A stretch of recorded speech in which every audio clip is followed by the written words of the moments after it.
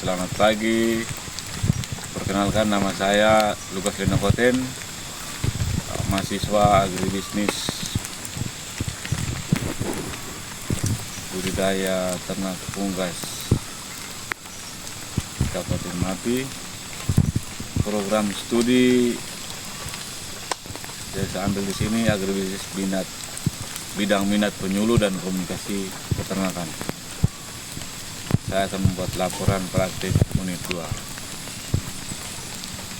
Baik, saya pada hari ini langsung berkomunikasi dengan Bapak yang punya perkebunan yang sudah saya ambil minta izin, dan dia bersedia memberikan izin untuk saya melakukan laporan praktik ini.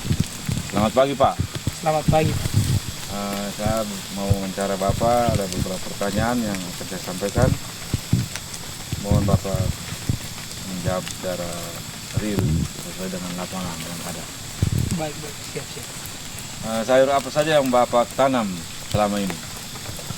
Untuk sayur selama ini yang satu ini kami budidayakan di sini ada kangkung, kacang panjang, dan ada jagung juga. Baik, Pak. Mengapa memilih menanam jenis sayuran tersebut? Karena kalau saya lihat di Kabupaten Mapi ini secara khususnya untuk sayur-sayuran seperti ini yang diminati banyak orang di daerah Kabupaten Mapi ini. Makanya alasan kami memilih membudidayakan tanaman ini. Berapa luas lahan kira-kira yang Bapak tanam ini? Untuk luasan lahan untuk saat ini kurang lebih 1,5 hektar.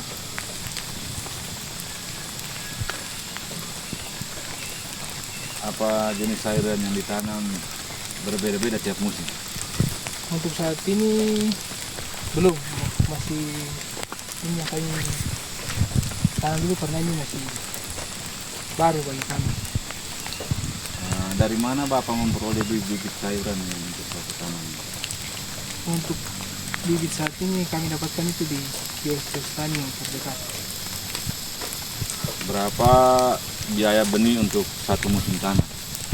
Untuk biaya pembelian bibit untuk satu kali musim itu kurang lebih 500 sampai 1 juta untuk beberapa jenis bibit. Jenis pupuk apa saja yang Bapak gunakan untuk sayuran Bapak? Untuk jenis pupuk yang kami gunakan saat ini ada kompos, ada kotoran ayam, terus urea dan NPK. Itu yang kami gunakan saat ini. Untuk biaya pupuk sendiri tiap satu kali periode tanam berapa ya, Pak? Untuk biaya pemupukan satu kali tanam itu keseluruhan dari kacang panjang sampai jagung dan ada beberapa jenis tanaman lainnya itu kurang lebih 2 juta satu kali pemupukan.